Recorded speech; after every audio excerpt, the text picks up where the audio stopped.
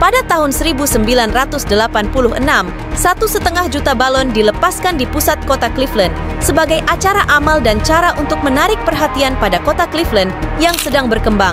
Namun, bukannya dikenang sebagai pertunjukan yang mengesankan, acara ini akan menjadi bencana fatal yang tercatat dalam sejarah. Acara ini disebut Balloon Fest dan merupakan upaya Cleveland untuk merevitalisasi citranya.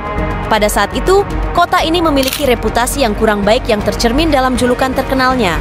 Pemimpin kota ingin membuktikan bahwa Cleveland bukanlah kesalahan dan sedang menuju ke arah menjadi kota kelas dunia. Pada tahun sebelumnya, Disneyland telah mencetak rekor dunia Guinness untuk peluncuran balon serentak terbesar. Dan dengan alasan tertentu, pemimpin kota menganggap mengalahkan Disneyland adalah cara yang sempurna. Kemudian, United Way of Cleveland mengembangkan rencana ambisius mereka untuk meluncurkan hampir 1,5 juta balon di atas kota. Acara ini memerlukan 6 bulan perencanaan, termasuk pembangunan jaring berukuran blok kota.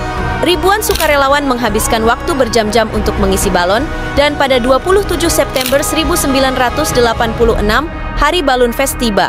Namun, ketika persiapan terakhir dilakukan di pusat kota Cleveland, cerita yang sangat berbeda sedang berkembang di sebelah timur di Danau Erie. Sebuah badai parah melanda daerah tersebut pada malam sebelumnya, dan sekitar 1 jam sebelum badai, 2 pria pergi memancing. Pagi tanggal 27, hari Balloon Fest, keluarga mereka melaporkan keduanya hilang, dan perahu mereka ditemukan terbengkalai di danau. Otoritas mencurigai bahwa kedua pria itu jatuh ke air karena cuaca buruk. Coast Guard segera memulai operasi pencarian dan penyelamatan. Sementara itu, di Public Square Cleveland, lebih dari 100.000 orang berkumpul untuk menyaksikan peluncuran balon. Penyelenggara senang karena badai semalam telah bersih tepat waktu untuk melanjutkan acara. Namun, seiring berjalannya waktu, cuaca sekali lagi berubah buruk. Badai hujan besar mendekat, tetapi balon sudah terisi dan siap diluncurkan. Mengubah jadwal pada titik ini akan sangat sulit, jadi mereka memutuskan untuk melepaskan balon lebih awal. Seperti yang diharapkan, balon yang diisi helium seharusnya melayang di udara sebelum akhirnya kempis dan kembali ke bumi satu persatu. Namun, itu tidak terjadi. Angin beralih cukup untuk membawa balon yang masih terisi kembali ke tanah dalam jumlah besar. Hasilnya adalah kekacauan massal. 1,5 juta balon menyebabkan kehebohan di Cleveland. Angin dingin dan hujan yang mendekat segera mendorong balon yang masih terisi turun ke tanah dalam jumlah besar. Balon mencapai Bandara Burke Lakefront dalam hitungan menit dan landasan pacu begitu penuh sehingga semua penerbangan harus dihentikan. Balon juga mulai mendarat di beberapa jalan, dan setelah beberapa kecelakaan mobil, jalan-jalan itu harus ditutup hingga sebuah bulldozer tiba untuk membersihkan balon.